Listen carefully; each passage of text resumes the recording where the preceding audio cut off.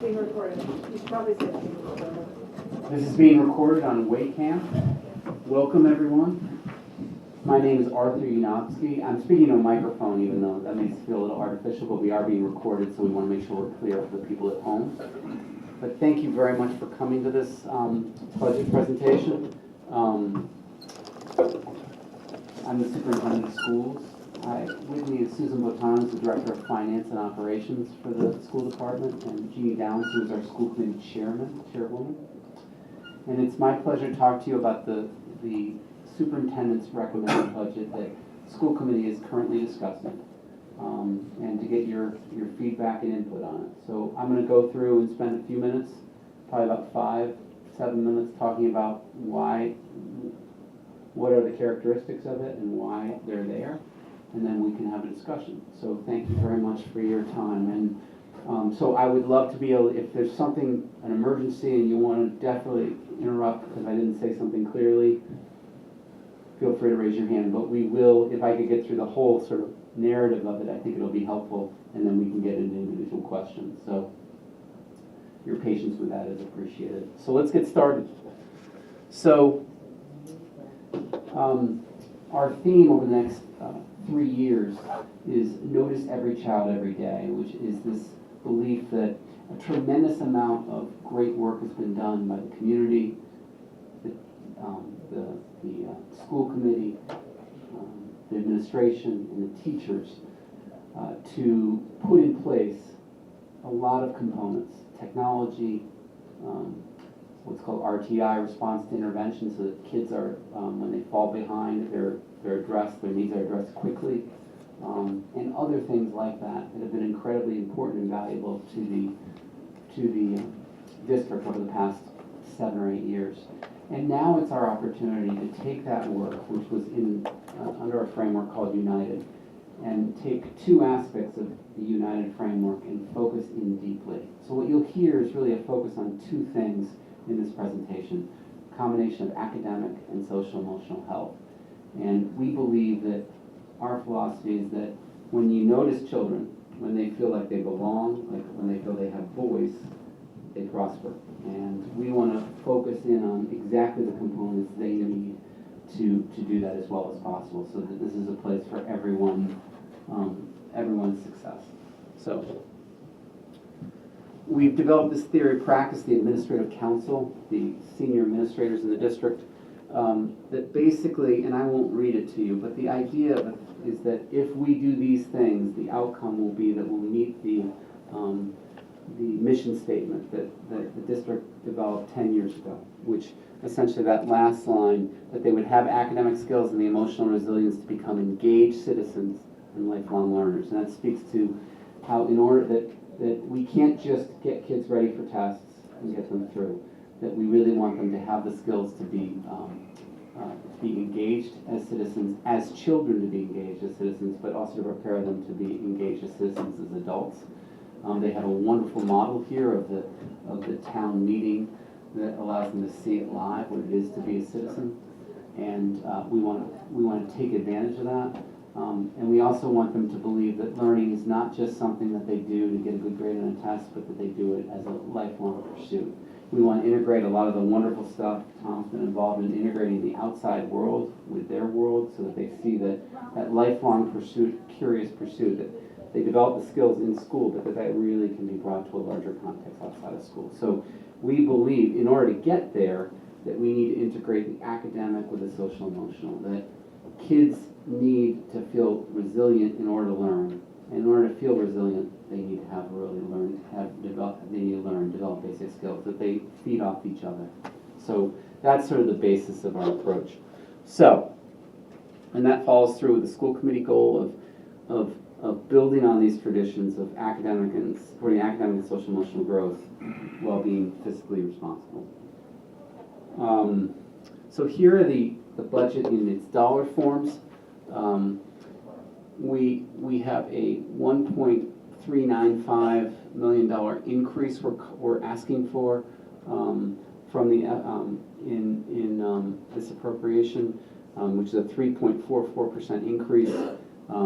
When you add the assumption of the wastewater operations by the town, That comes to 3.86. The 3.9% was the guideline the town sent for us, so we are happy that we were able to get within that guideline. And again, so the reasons for this budget, to go back to away from the numbers for just a minute, the whys for it, is we like to think of it as two sides of the same coin, that we need to both nurture students socially, emotionally, as well as provide them with academic challenge and the supports they need to engage in that challenge.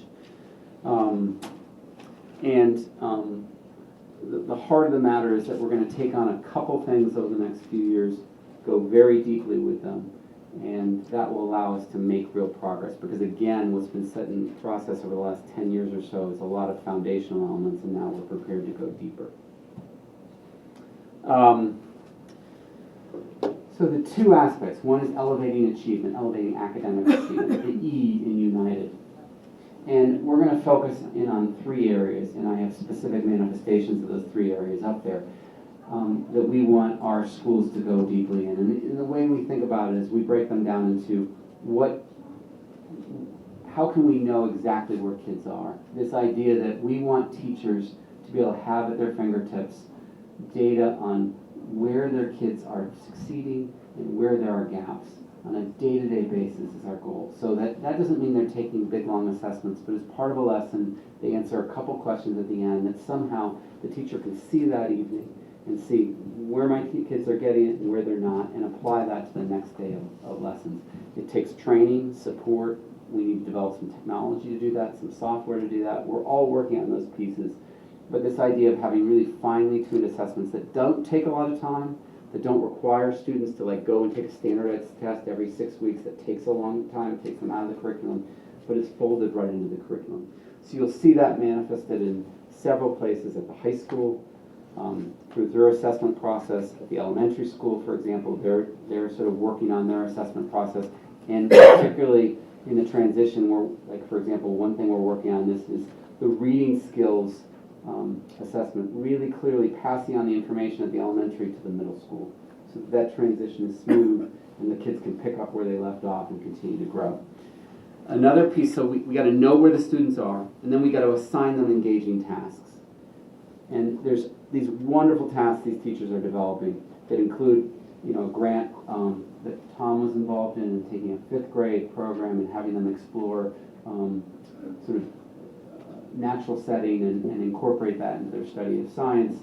There's all sorts of opportunities with a new science curriculum at the elementary level that allow them to really dive deep into longer-term, thoughtful exercises where they can apply their knowledge to real-world circumstances, so they can really feel, as a 3rd grader, for example, I'm a scientist because I can explain why this happened, because I saw it happen. I see all the complexities of it happening, not on a worksheet, but in the real world.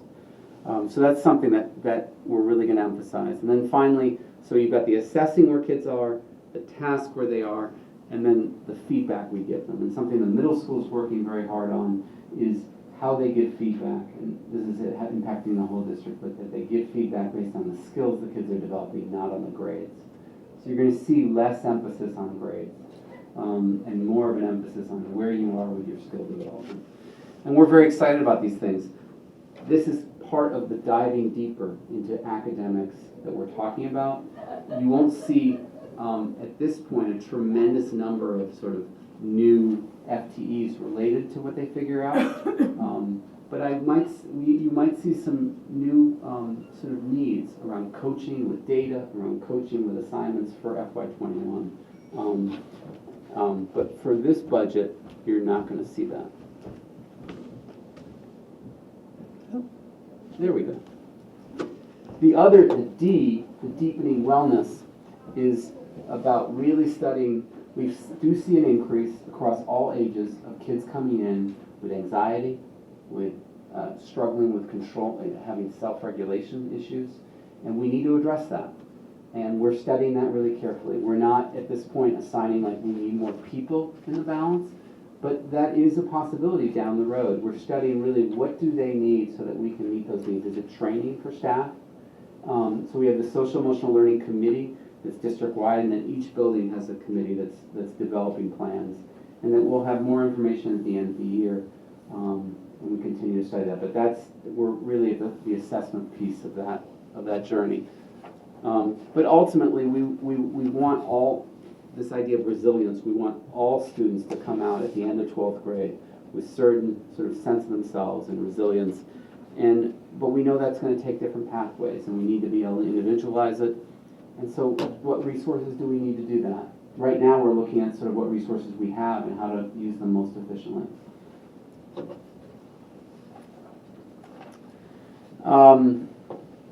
And so right now what we're doing is we have gone through this, and this is part of that process of studying something carefully, trying something, and if it works really well, having data that supports it, and then putting it before we put anything into the budget. So this is an example of successes that were started at the Wayland Public School Foundation, and we feel like now needs to be incorporated into the budget. They're small pieces, but they've meant a tremendous amount. I'll highlight one, this choral accompanist that works with the chorus instructor at each building, elementary, middle, and high school, and allows that chorus instructor to go sort of sit with individual kids and help them while someone else is playing the piano, and it's made a tremendous amount of difference. The same spirit is this journalism teacher that really focuses in on the kids' writing skills rather than worrying about the technology. Really focuses on the journalism skills. We're putting a little bit of more resource into the media piece at WACAM. Really, as we take that newspaper WSBN and make it into more of a multimedia experience for kids, we're tapping into WACAM's expertise to do that. And again, a way of piloting things, then applying them. These are some other pilots, small scale things, but that we feel like make a real difference for kids that we want to put in the budget. We have this before school and after school clubs at the elementary level, making sure that French homestay, when kids come from France to be here, that their experience is carefully made so that they're integrated into the school well, and things like clubs that really have shown kids love and participate in, like Ultimate Frisbee, that we want to incorporate into the budget. Now, so that's big picture, kinds of things that we're looking to support. There's also a new change that's going into effect that you've probably heard about for next fall, the change in start times, where we're moving the start times of the middle and the high school later to align them with their natural sleeping patterns, and moving the elementary schools earlier. When you make a change like that, a significant change like that, it does require some work, and that work at times requires some resources. So for example, the bottom part of that is we have to reschedule all of our extracurriculars essentially. So we're bringing in the high school administrative assistant for longer periods of time to make that rescheduling happen. So that's that bottom one. That's an example of, so right there, that's an example of sort of the kinds of costs that we will have. Can you talk through some of those a little bit more? Sure. So the first one, additional support for school day scheduling. So at the middle school, they're going to need to change their schedule because the strings teacher will need to, that services K through 8 and travels to all the buildings, will need to change her schedule because the elementary schools now go first, middle schools go second. It's going to require a redo of the middle school schedule. So we need to hire the assistant principal that works 210 days to come in an extra 10 days, an extra 5 days to do that work over the summer. The additional support for extracurricular scheduling, that's that as well. The reassigning the morning pickup bus to Boston. Maybe Susan, you could speak a little bit to that, about the efficiencies that we found. Sure. We found some efficiencies in our bus routes by merging some stops and by rerouting some of our routes so that we were able to free up our town-owned bus so that bus could drive into Boston and pick up our Boston students. And that way those students can get to school more quickly and not need to be up too early. Yeah, exactly. Thank you. Sorry, I didn't mean to. And the elementary schools, we wanted to set aside some money because they're ending an hour earlier than they were before. And we want to make sure that there will be some glitches in pickup and drop off that we want to anticipate with a couple of sort of teaching assistants that would supervise those kids that were not being picked up at the exact time that they're supposed to. So we're just preparing for logistical challenges that we know will occur. Is that a one-year thing or is that a longer thing?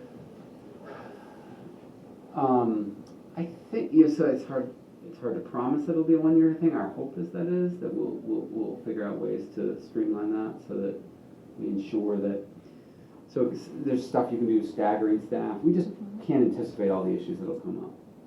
But once we see them, I think that we may be able to revert to more of a systematic pattern that'll, those one-off sort of supports may be able to fade. We're not sure.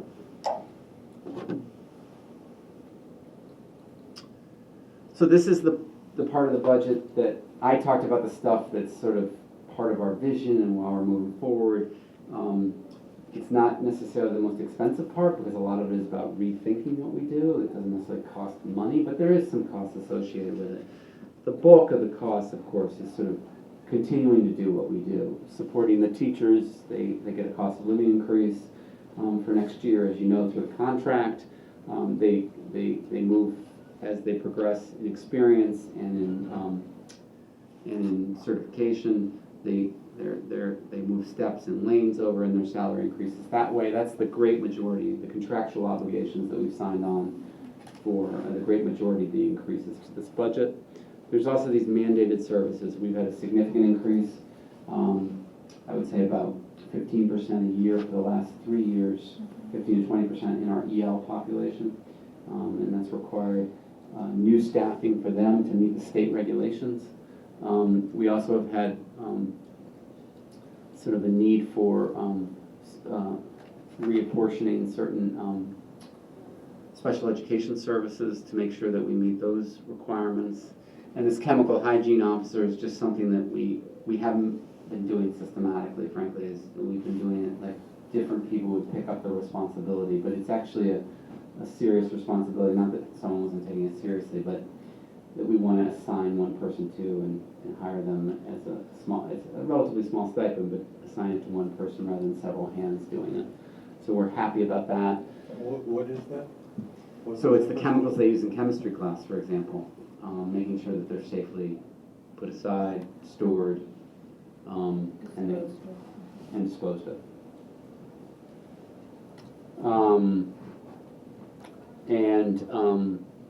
Then there's this assumption of wastewater operations. I don't know if you want to talk to that. Sure. Within the school department budget this year, we have a 0.4 FTE for wastewater manager and $137,000 for contracted services. DPW will take over the operations of the wastewater, so that FTE and all of the funds associated with contracted services and personnel will transfer over to DPW as well. Is that a definite? Well, the budgets haven't been voted on, but it is It's in the recommended budget. It's in the recommended budget. The town manager Thank you. is supporting this as well.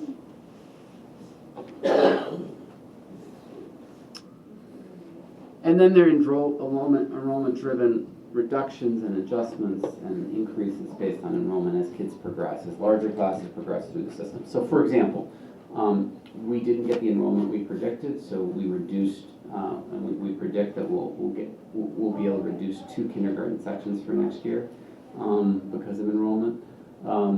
We also will be able to reduce a TA in first grade at Happy Hollow because of that group moving to second grade and the class size will be more manageable. And then a reduction in Loker and Raven Hill TAs. We did reduce a section of science at the middle school and a Spanish immersion coordinator that we no longer need now that that program is sort of functioning on its own. So those have been reductions that we've been able to take advantage of. There have been enrollment-driven increases as well. As you see up there, we are going to add a grade 1 Spanish immersion TA. We do feel that that program requires someone who speaks Spanish for a TA position for that because they're learning language, and the language skills they're developing, the stakes are so high during the day because they're not necessarily getting language instruction at night. So we need to make sure that any kids that are falling a little bit behind have time to work in small groups on a regular basis. So that there's a requirement for small group instruction that's a little bit different in that immersion program. We expect, and then the middle school is adjustments to a slightly larger class coming through, and to address that need and keep class size manageable there, and at the high school the same.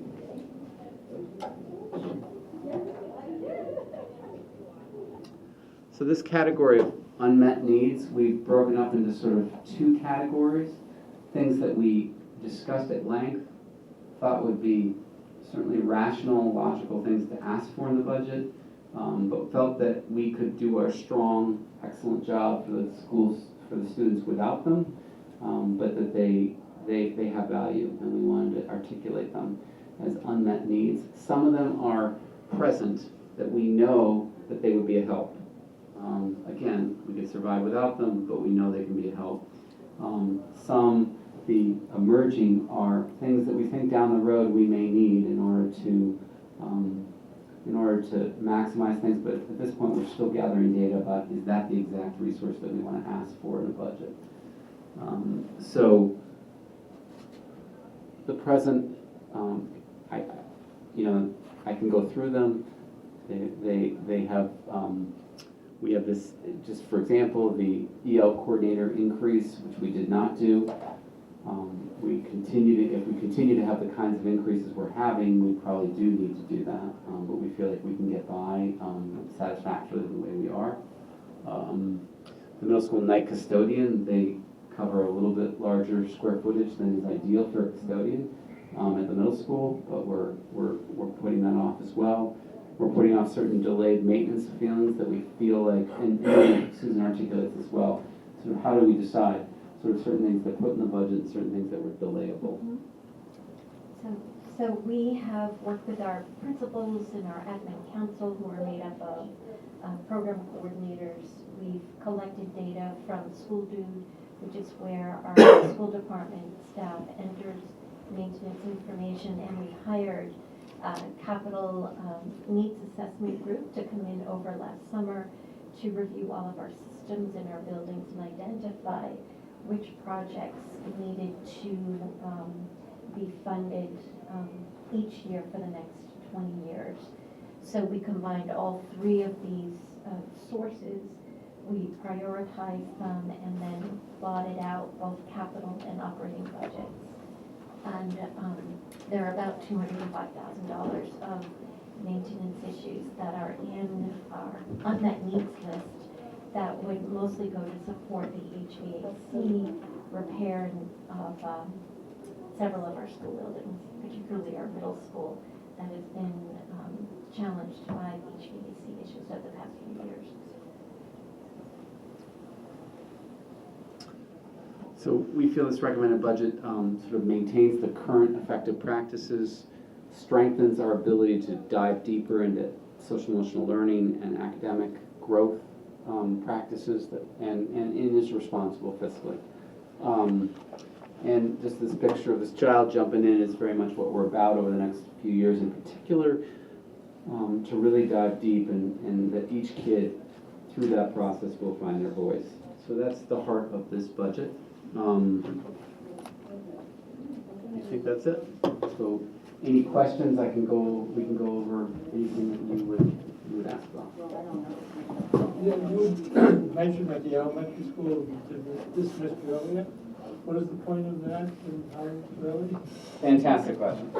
The point of dismissing the elementary kids earlier. So the point is that the high school and middle school kids, when they go through, when kids go through puberty, they go through this unique period of time in which they cannot fall asleep when it gets dark. They can't fall asleep they're delayed. Their ability to fall asleep is delayed.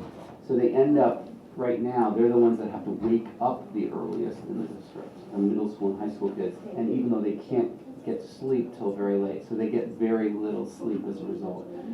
And sleep that's one of the basics in health. So to get them more sleep, if we could move the middle school and the high school later, they would be healthier, they would sleep later. But in order to move them later without having, spending hundreds of thousands of dollars of new buses, we need to flip the elementary school to go earlier.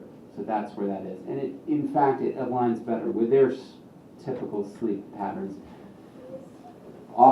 Most often, elementary kids are ready to go in the morning. So it should still allow them to get the sleep they need, the help they need, and in fact, they might be fresher coming in earlier and leaving earlier in the day. We did have some evidence from our teachers that at the end of the day, they struggled. So when they're going till 3:15 right now, so that maybe it might be better for them to end a little bit earlier. So So, they still have the extended day for elementary? and we will have after-school programming for the elementary, and that's something that we're working on. Because we know that there'll be increased demand for that, because the kids will be getting out earlier. Annette? I have a series of questions. I'm going to go back through the sequence of the slides. You had this list of pilots that were incorporated, and they were basically 0.1 FTEs, 0.2 FTEs. Can you explain, are they each new bodies, or is it just adding time on to an existing body? And what approximately is the additional cost for these things? So each point FTE is adding FTEs to an existing staff member. No new benefits are going to be born from these dollars. The choral accompanist is a matter of hours, it's not an FTE. And in terms of salaries, I'll quickly pull up my notes and I'll do that while you're asking your next question. She already knows where I'm going, because I'm very concerned about benefits. Yes. Mm-hmm. What's the cost of the French homestay program to the taxpayer? It's a stipend.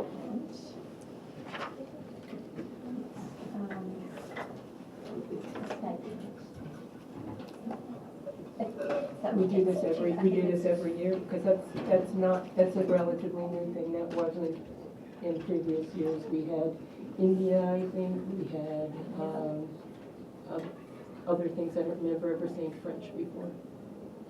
Well, it has, maybe the French stipend has never been paid before, and someone has volunteered to do the job. And because it's a position that is funded for other homestay programs, it's a position that we're continuing to fund the stipend. Is that person who gets the money, are they staff? And is that increasing their hours to make them benefits eligible? No. And do you have an idea for the stipend approximately what it might be? That be an exact? Here it is. It's a stipend of $3,010. Is the ultimate frisbee part of athletics, or is this something new and different? It's an extracurricular activity or a club, like the debate club. Aids for the elementary school before and after pickup delays. Is that new aids, and how many are you thinking about initially? It's these aides would already be enrolled in our school department. We budgeted, I'm trying to say it was $10,000. It is not going to add benefits to the program and to the budget. Many of us have struggled with that particular issue for years and paid out of our own pocket significant amounts of money. In my case, we didn't have these programs, so I had to have a taxi cab pick my daughter up at Claypit Hill School, and take her every day to Weston, where they did have a program, and then I paid for that as well.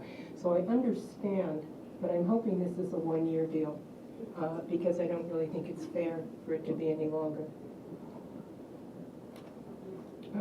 The preschool health aid and ECE, can you explain what that is? There is a need in our preschool program, PCW, for support, healthcare support to a particular student who will be coming into our program. And I can't get into That, more no, detail that's than okay, that. but Yeah. it's not for the general population, No, it's for, it's for IEP driven. our IEP driven, thank you. the cost of the Spanish immersion program. What was the cost this year and what's going to be the cost next year? The Spanish immersion program is 0.3 for the coordinator, and I'll look and see what that salary is. There are no benefits attached to that.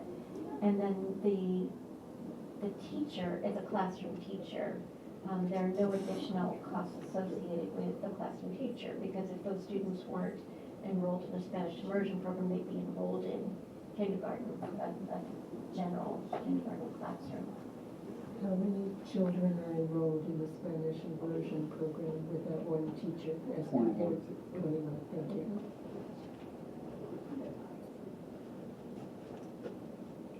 So, middle school student supervision, going up 0.2. I'd like to understand what that involves. Where are you? I'm just going in sequence, so it was after this, the chart with Spanish immersion. That's a study hall, a section that needs to be added because of a bubble in enrollment that's moving from 6th to 7th grade.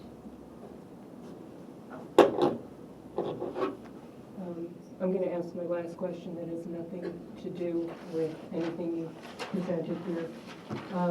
Since 2014, we've doubled the number of staff students in the system. I've asked this question repeatedly, and I don't really think that we've looked at it appropriately. The contracts that you have only for teachers say that if there's room and it's approved by the superintendent, it's either the superintendent or the school committee, that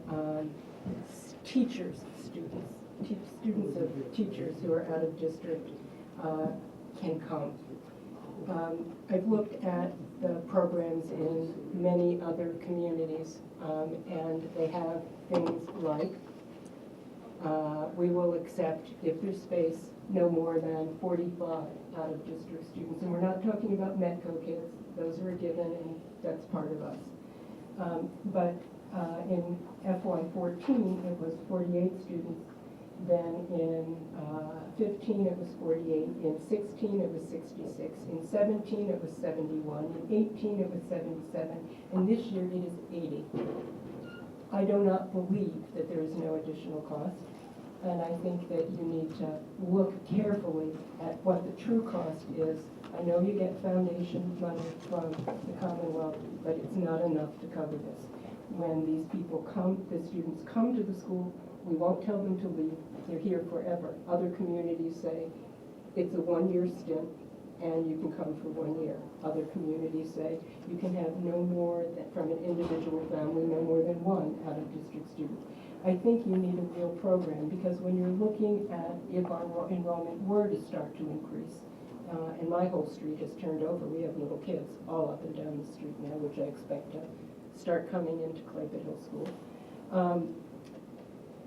You're going to need new buildings. And if you need new buildings, these kids are going to count in how much space you need. When you need furniture, these kids count.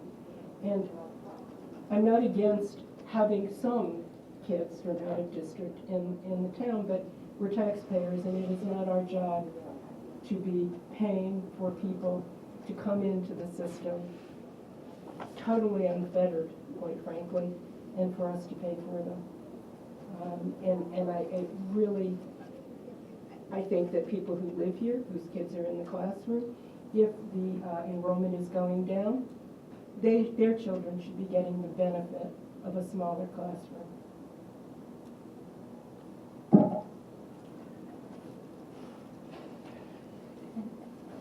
Before I pass the microphone back to you, Arthur, and then I wanted to answer the 4 questions you asked about Thank you. salaries.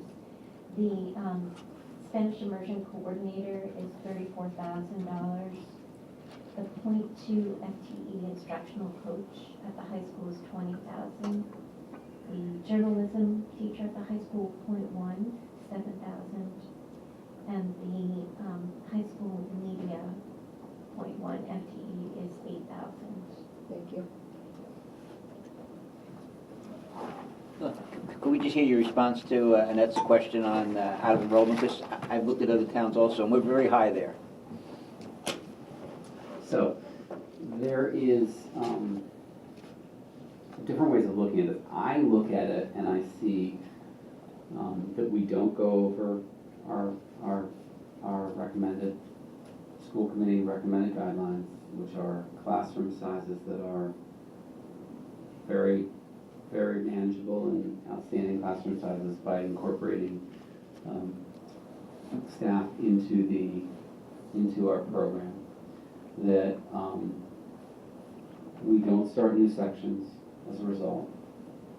That whatever costs, the incremental costs that there are, which are really, really difficult to identify given the relatively small number of kids, is covered by the state foundational funding. So I don't see that as a drain on the budget. I do also see the tremendous impact it has on school morale, on our ability to retain and attract excellent teachers. There's nothing more effective than having teachers send their own kids to these schools, right? They are going to make sure that everything goes well and they work together to do it. It's an incredibly, I've been in other districts where I know there's a presence, that kids have a presence, and I understand how that may feel on the surface unusual, but I see the impact really positive of having these children of faculty present. Jeannie, is there anything else that as school committee that you'd want to add to that? No, I think you've covered it. We consider it an important benefit for retaining and hiring good teachers. But And it's not just teachers. it's teachers and administrators. It's not staff. It's not someone who works at in the high school kitchen. Doesn't bring it. WTA. Yes, WTA.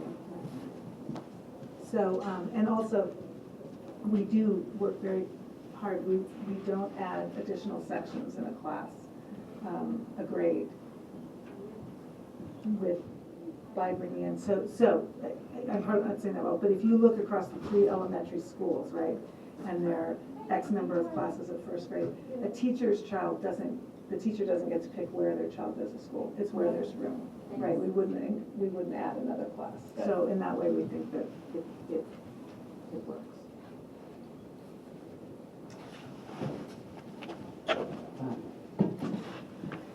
I'd like to follow up on that from another perspective, which is what it's worth to the teachers. I can well believe that they find it very attractive. I happen to have personally known of 3 examples this is over many years, where teachers lived in nearby towns which were much less expensive than Wayland.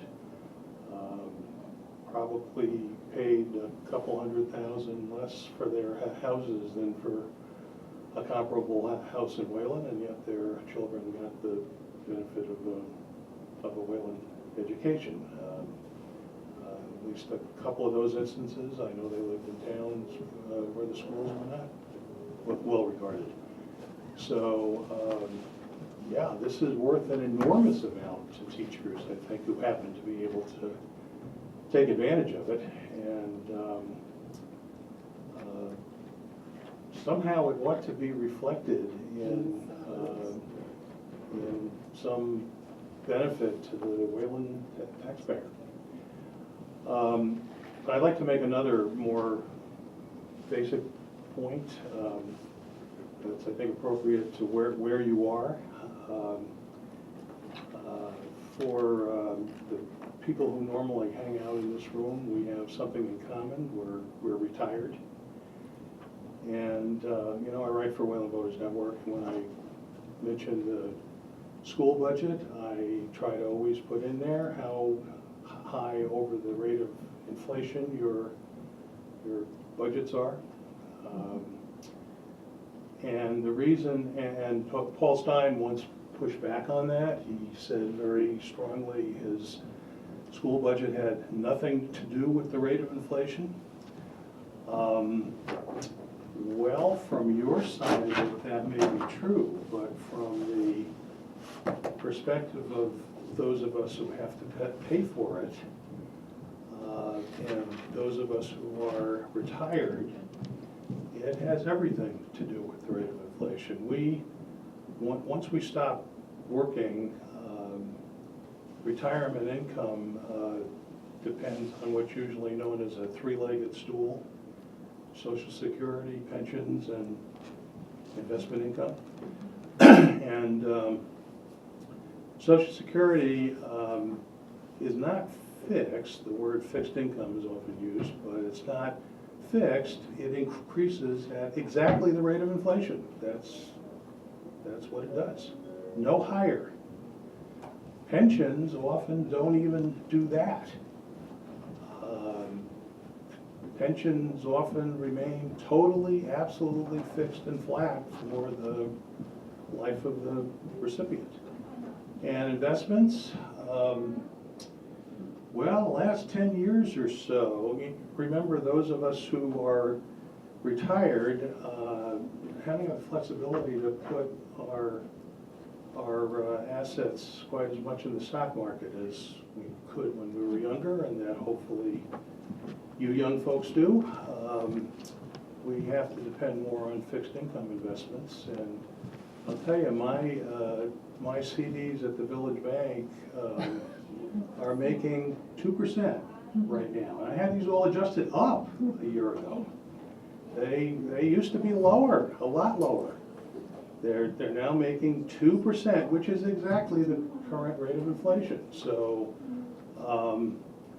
I'm keeping even with inflation, but that means I can't draw any income out of those if I'm not to ultimately lose money.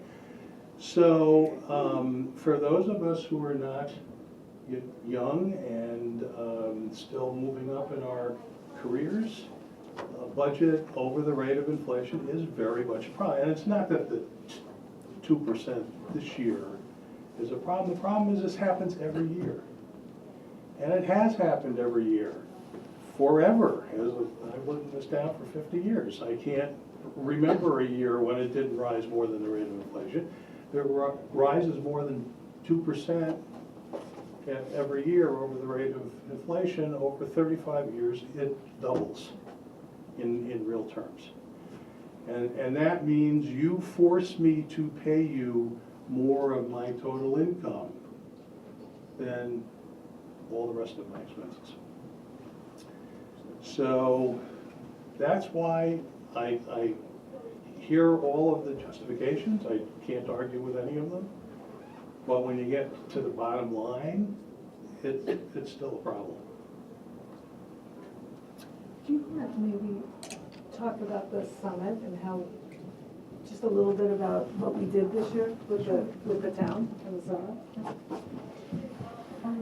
This year we approached the budgeting process slightly differently than other years, where throughout the summer, the school department, the town department independently and together worked on projecting out over 5 years our obligations, our cost, our salary increases, what we knew about utilities increasing, and all other contractual costs, and projected out a percentage increase and a dollar increase for FY20 through FY23.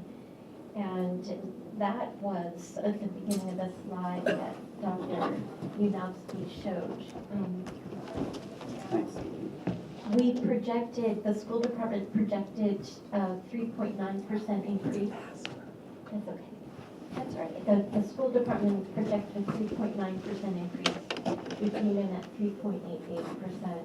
And then with the transfer of the wastewater funding to the town, our budget increase is 3.44. So what we're trying to do is to look out not just at the next year, but 5 years out, so we can begin to understand what our needs are, and then work with the town to identify what resources can be, and then try to build efficiencies, partnering in certain areas, like developing a utilities contract that will serve the needs of both the town and school and wastewater and so on.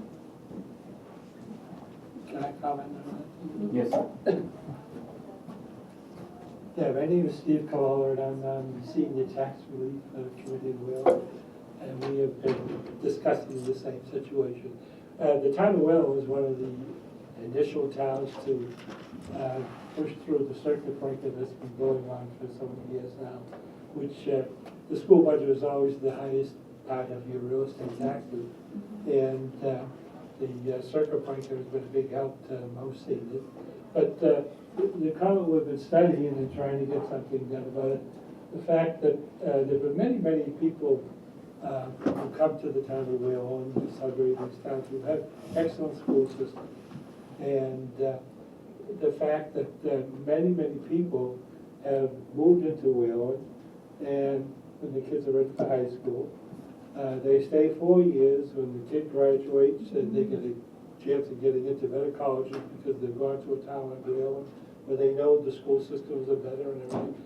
Governor Baker's supposed to be doing something about that. He hasn't done anything yet. But anyway, the fact that most people like us who are now seniors have been paying the real estate taxes in the school budgets for the last 50 years, we have made the school system in the town what it is today, where people come into this town because of what we have done. We've paid these taxes all these years. There's been no, and we've been trying, and we've commented, but trying to do something for the seniors who have remained in the town after paying these taxes all these years, and like I said, making the town and the school system what it is. So we're trying to get some program, maybe get the tax committee people in the State House to look at it, but they drag their feet for years and years. So anyway, we are working on it, and anyone who wants to attend some of our meetings and put 2 cents in and help us with that, we'd appreciate that. But that has been a problem for many people. And we've made the mistake, really, of staying here and taxes going up year after year. And, so that's another problem. One other thing. Tell me, what constitutes the difference between an extracurricular activity and something like the debating club, which is not extracurricular activity? So they are the same, actually. The debate club is an extracurricular So activity. just call one a club and one an extracurricular. Yeah, I mean, the clubs are a subset of extracurriculars. Like extracurriculars include sports even, Yeah. and then that has a separate part of the budget, and then there's clubs and so that's outside the school day. Yeah.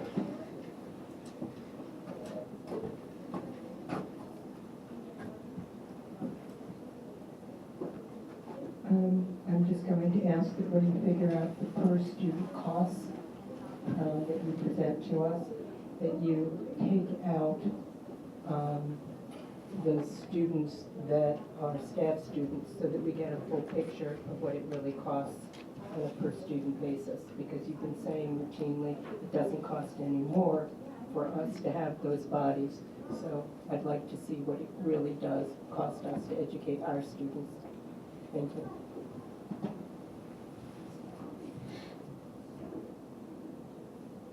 Anything else? We can remind everyone that the budget presentation and the book are posted on our website. Yeah, under the, right at the homepage, actually. The book is, Say, I don't think people heard. So sorry, the book is, The budget. the budget book is published where?